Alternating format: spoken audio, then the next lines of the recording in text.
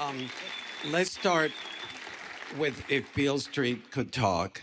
I find it so revolutionary to see Barry Jenkins holding the camera so close to African American men, talking to each other, supporting each other. Um, w- did you find that? Yeah, absolutely. Barry held his lens so intimately with all of us And lovingly. and lovingly. And that scene, it's funny. Even when I look at that, I see my uncles and my father and things like that. Like these people who live in you. Like naturally, I'm like, oh, that's a different guy. But these men live in me, and they've impacted me. And so I love that I get to, hold a cigarette in a way that I'm sure is embedded in my memory of the parties that my parents used to have for New Year's Eve. Um, the way they drink, the way they hold their bodies, the way they're intimate with each other, these men, and loving on each other in an extraordinary way. And the way your character empowers the women in his household Yeah, is heartbreaking. and also I love the fact we Barry and I talked about that. I'm like, Joseph Rivers, my character, is such a feminist. And he's a man that like he lives in a household with all these strong women, and he loves that he's in this household with strong women in the 1970s, and it doesn't make him less of a man at all. These women are strong. This young woman comes in and says she's pregnant, and he supports her Correct. with love. You know. Which was such a shock. What does it say about me and my prejudices that I start watching the movie Oh, we and I thought it was going to know be another scene. that you're gonna like throw furniture around. Instead, you just show love. James Baldwin gave us this incredible um, family, the Rivers family. I mean, just like James Baldwin is truly one of the greatest writers that has ever walked this planet, Hmm. and gives us. And so we all leaned into all that complexity about America and about Black people and about our place in the world and also our families. And it felt so intimate.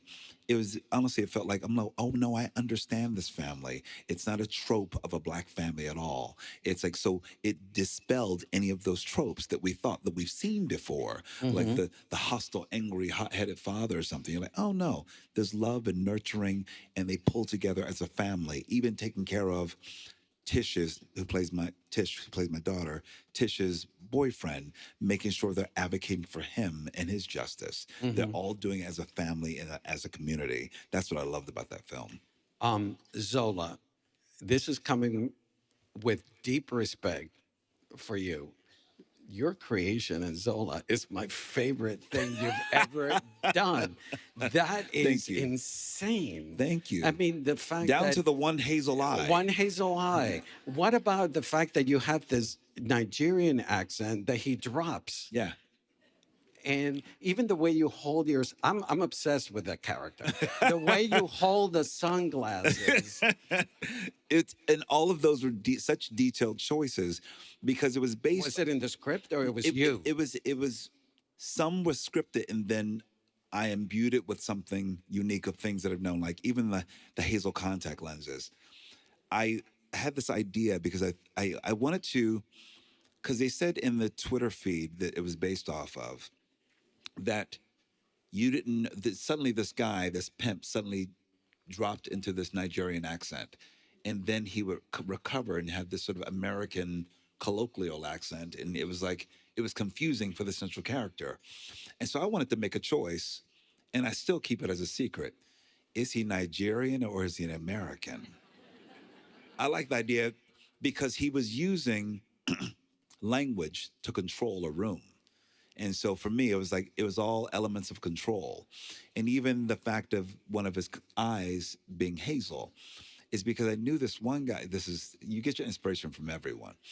But I knew this one guy who was a very dark skinned guy who loved having hazel contact lenses. And he was from like Guadalupe or something. And I was like, I was so fascinated, like, why? But it kept me looking. And I thought, I went to my director, said, I'm thinking, what if he wore hazel contact lenses? Because I think there needs to be something, a trick to when someone looks into his eyes, there's a little confusion. And she says, how about one? And I was like, yes. Because when you get into close up, even for the audience, and even when I looked at my fellow actor and I get in close, they're like, it's it's It's fucking with them. freaky. Yeah, exactly. Because it's tricking them and they don't know what they're looking at.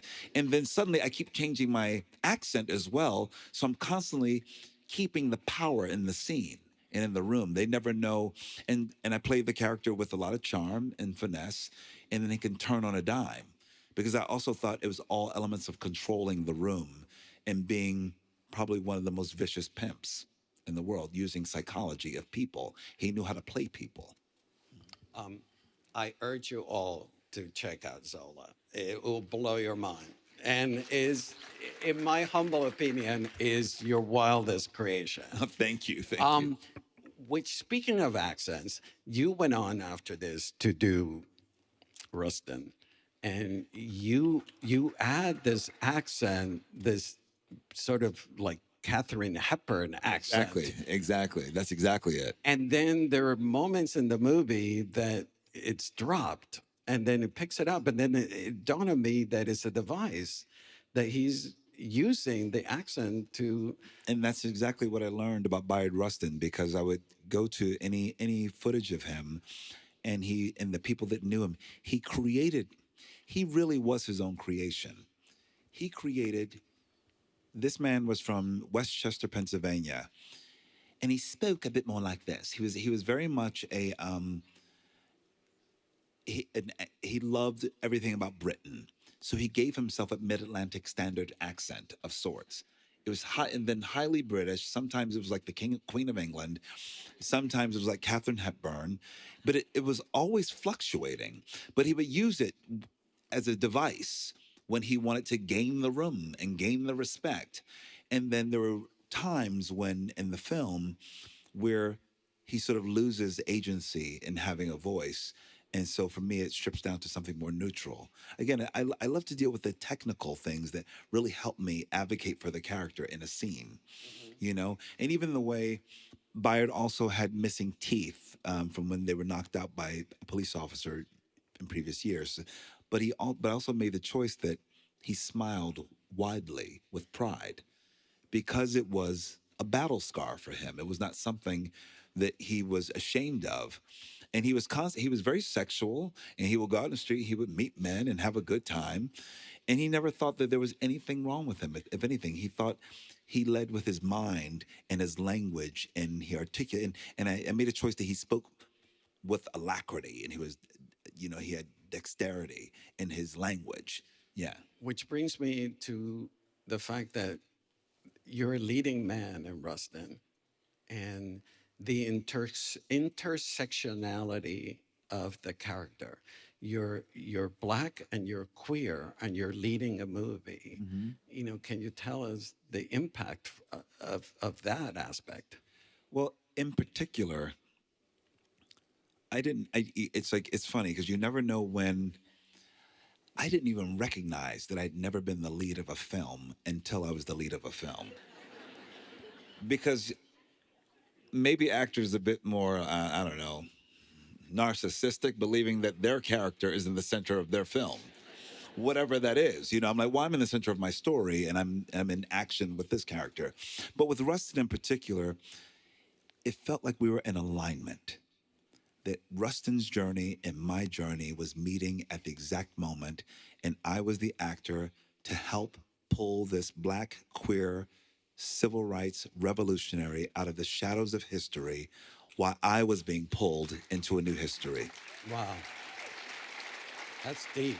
That's I needed every year, every step, every misstep in my career to enable me to play Bayard Rustin. I knew I was prepared. I was ready for it.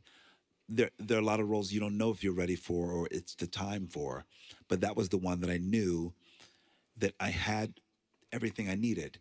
So much so, not until after I filmed the film and I was on a press tour, Gail King actually said to me, "Well, how old was Bayard when he organized the March on Washington?" I was like, "Oh, he was man, that's the one detail I didn't know." And then we did some math, and he said he was 52. She said, "Coleman, how old were you when you I was 52 years old. Wow.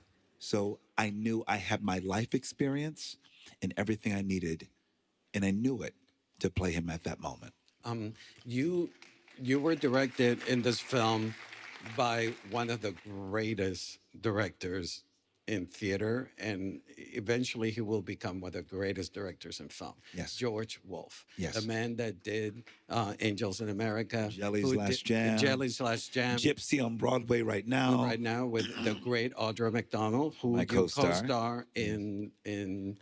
in Rustin, who tells you go get your friends back. Yes. Um, he before he directed you Rusted. He directed you in August Wilson's Ma Rainey Black Bottom with Viola Davis and Chadwick Boseman. Tell us about working in that project. You earlier just now talked to me about a smile. Your character, I was blown away by the fact that every scene at the beginning, you made the choice of he has a big smile, and as the movie progresses, that smile starts to dissipate. I love what you notice. No, you notice the detail of artists because you are that artist, and thank you for that. Well, well, thank you for. No, Thank, but you recognize that it is in the details. I George Wolfe and I we talked about my character being the front man in many ways. He in this time period, he was the one who walked in, who dealt with executives, who dealt with recording studios. He was the face of it, and he knew how to navigate white spaces, and he also knew how to navigate the band, and also deal with a formidable character called Ma Rainey.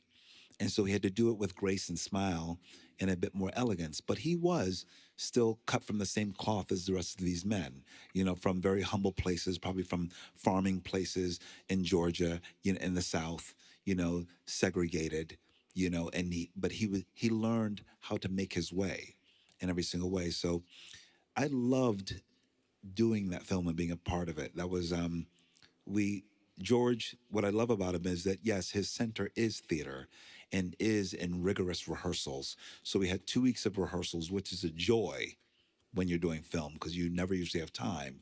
But we were in a room making choices and interrogating the work together and learning our instruments and playing across Chad Boseman and Viola Davis. You know, I feel like the best in the business in the boxing ring together. mhm. You knew you could there can only be good work. Towards the end of the film, you deliver August Wilson, the great poet that he is, delivers the most amazing monologues. I don't know. I mean, I'm a huge fan of August Wilson. I don't recall that there's ever a monologue that gets interrupted in his canon. You deliver a monologue that Chadwick is interrupting. Yes. And the two of you, you mentioned boxing match. The two of you have a Well, that's when the ideologies clash. That's when the room is a pressure cooker, and someone will not. The idea in August Wilson's plays, what I actually love the most is that everyone's a storyteller, and everyone is committed into telling their own story and finding their voice. And so when a character is trying to cut off your story, they're cutting off your livelihood, they're cutting off your voice. And so that's exactly what starts to happen. They're one is reaching across trying to squash someone's story because of their lack of faith in that story. Because it's a story about faith and their belief in God. And Chadwick Boseman's character has questions, so he's going to shut it down. And my character is a man of faith who's saying absolutely not. And so the film comes to a head and it becomes violent in the blink of an eye. Mhm. Let's take a look, moving right along. You did The Color Purple after these two films in 2023, directed by Blitz Basawela, where you play Mister. And then in 2024, you have your own Netflix TV series, The Madness. So let's take a look at The Madness and The Color Purple.